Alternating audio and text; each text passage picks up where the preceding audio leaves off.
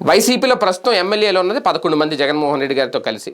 జగన్మోహన్ రెడ్డి గారిని కనుక అరెస్టు చేస్తే, ఒకవేళ అరెస్టు చేస్తే మూకుమ్మడి రాజీనామాకు సిద్ధమవుతున్నారా అనే చర్చ అయితే నడుస్తుంది. ఎందుకు అంటే ఇక్కడ ఫ్లాష్ బ్యాక్ చూసుకుంటే ఒక రకంగా గతంలో జగన్మోహన్ రెడ్డిని అరెస్ట్ చేసి ఏదైతే దాన్ని స్ఫూర్తిగా తీసుకుని ఇక్కడ చర్చ అయితే నడుస్తోంది.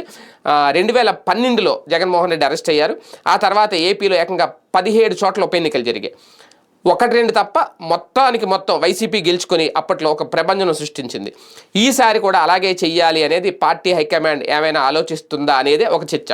ఇది కేవలం అయితే ఏపీలో ఉప ఎన్నికలు ప్రచారం జరుగుతాయి అనే ప్రచారం అలా జరిగేందుకు ఎంతవరకు అవకాశాలు ఉన్నాయని కూడా ఒక చర్చ నడుస్తుంది. ఏపీలో ఎప్పుడూ లేనంతగా వైసీపీలో ప్రస్తుతం రాజకీయం ఒక రకంగా ఇబ్బంది కనుక నడుస్తుంది. గతంలో తీరు వేరు, ఇప్పుడు పరిస్థితులు వేరు. అప్పుడు వైసీపీలో జగన్ జైలుకు వెళ్ళినా సరే నాయకత్వం కొరత లేదు అనేది. ఎందుకంటే అప్పుడు విజయమ్మ అలాగే షర్మిల జనంలో తిరిగారు, పార్టీలో ఉన్నారు. ఒక రకంగా వారే ఉప ఎన్నికల ప్రచారం కూడా నిర్వహించారు. పైగా ఆ రోజు అప్పట్లో ఉమ్మడి ఏపీ ఒక రకంగా ఏపీలో కాంగ్రెస్ పార్టీ ఉంది అప్పుడు. దాంతో పాటు తెలుగుదేశం ప్రతిపక్షంలో ఉంది. జగన్ తొలిసారి జైలుకి వెళ్ళడంతో సానుభూతి బాగా వచ్చింది. అయితే ఇప్పుడు చూస్తే ఏపీలో కూటమి ప్రభుత్వం చాలా పటిష్టంగా ఉంది. కూటమిలో 3 పార్టీలు ఉన్నాయి. కేంద్రంలో బీజేపీ అధికారంలో ఉంది. వైసీపీ అధికారంలో ఉండగా జరిగిన సార్వత్రిక ఎన్నికల్లోనే అంతా చేయి దాటిపోయిన పరిస్థితి. ఇప్పుడు వైసీపీ విపక్షంలో ఉంది. పైగా జగన్ జైల్లో ఉంటే గనక ఆ పార్టీ ఎమ్మెల్యేలు ఉప ఎన్నికలు ఎదుర్కొంటే అది ఖచ్చితంగా ఇబ్బంది అవుతుంది అనేది కొంతమంది పరిశీలకులు చెబుతున్నమాట. పైగా కేవలం 14 నెలలు మాత్రమే కూటమి అధికారంలోకి వచ్చింది. 14 నెలలు మాత్రమే.